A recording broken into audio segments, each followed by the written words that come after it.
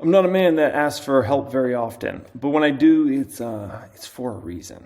Okay, and I've had some time to reflect on things over the past few days, and just kind of done a lot of like thinking and trying to figure out what I need in my life and those sorts of things. Okay, so to get started here and to explain what I need help with, the gentleman you're looking at right there, his name is Charlie Munger.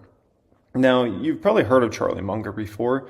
You probably heard he's, pretty darn rich. And you know that he's somehow in relation to Warren Buffett. But what you might not know, unless you're like super, super into finance and Warren Buffett type stuff, is Charlie Munger serves an extremely important role to Warren Buffett. And he's one of the reasons, in my opinion, how Warren Buffett became such a great investor and such a very, very rich person. Now, Warren Buffett has made his share of mistakes over the years, and he's lost hundreds of millions of dollars on positions and even sometimes billions of dollars in different situations. And one of his worst buys he ever did was actually the name of his company, Berkshire Hathaway. That was actually a horrible investment of him, and he basically says that's the worst investment he ever made in his life, which is kind of ironic because it's the name of the company. But Charlie Munger, basically the purpose he serves that not a lot of people know is he keeps Warren Buffett in check. And so if Warren Buffett's going to do this, do that, he talks it over with Charlie Munger. And Charlie Munger is a little more of a cynical person, if you ever heard Charlie Munger before.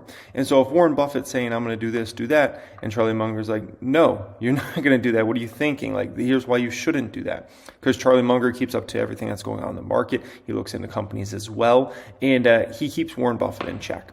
And that's just one of many reasons why Warren Buffett became a very successful investor. I can guarantee you that if Warren Buffett didn't have Charlie Munger in his life, he wouldn't be one of the richest people here today, and he would likely, not be as looked up to as such an investing legend. Charlie Munger has helped keep the mistakes of Warren Buffett a little lower, let's just call it that, which is something that you kind of need, right?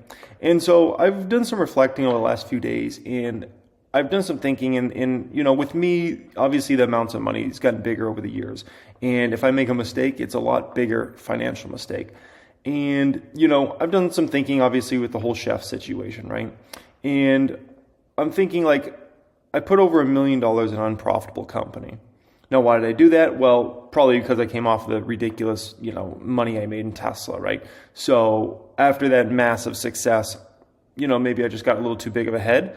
And then I'm like, let me put $1 million plus in a company that loses money. Now, if you know me, I've always said if you're going to bet on an unprofitable company, you bet small.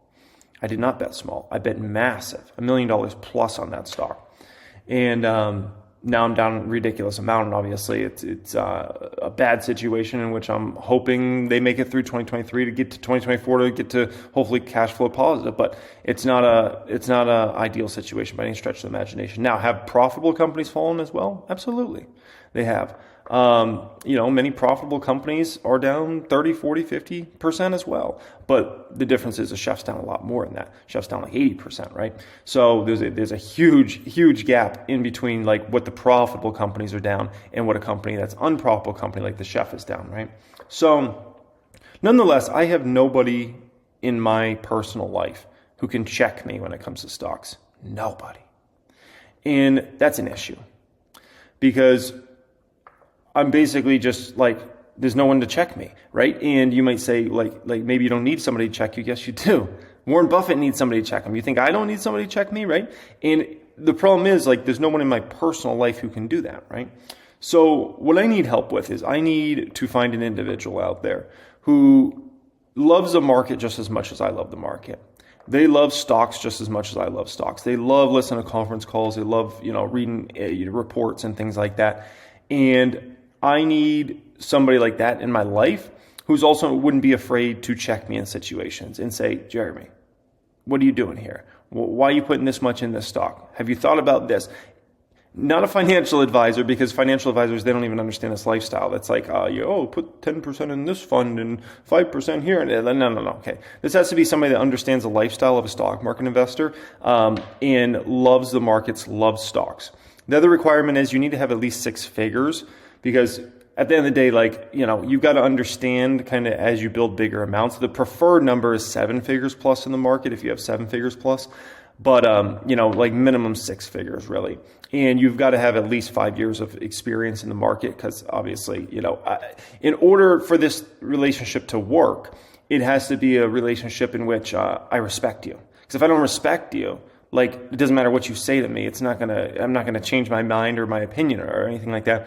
I only change my opinion based upon people I respect. And so, if I don't respect you, like, it doesn't matter what you say to me. I'm not gonna do anything. I'm just gonna do what I want to do, right? It's like no different than, I live in Vegas, obviously, most of the time. I'm at the Arizona house right now, right?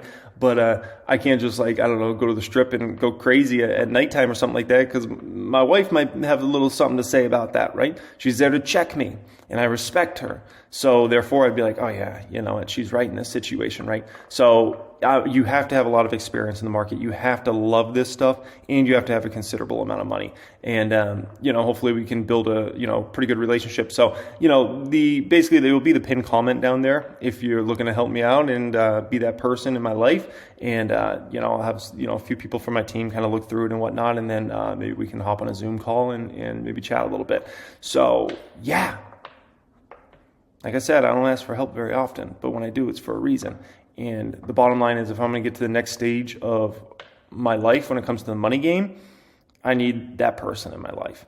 So, much love as always. Appreciate you guys joining me. Big video coming out later today on Amazon versus Google versus Meta stock. We're going to dive into those ones. I know everybody's looking at those stocks and wants to kind of they're looking at those and like, what's the better buy? Is it Amazon? Is it Meta? Is it Google? So we're going to go through all the metrics. I'm going to show you a lot of different things in data and whatnot. And we'll try to figure that whole situation out later on today. But yeah, much love. Appreciate you guys and have a great day.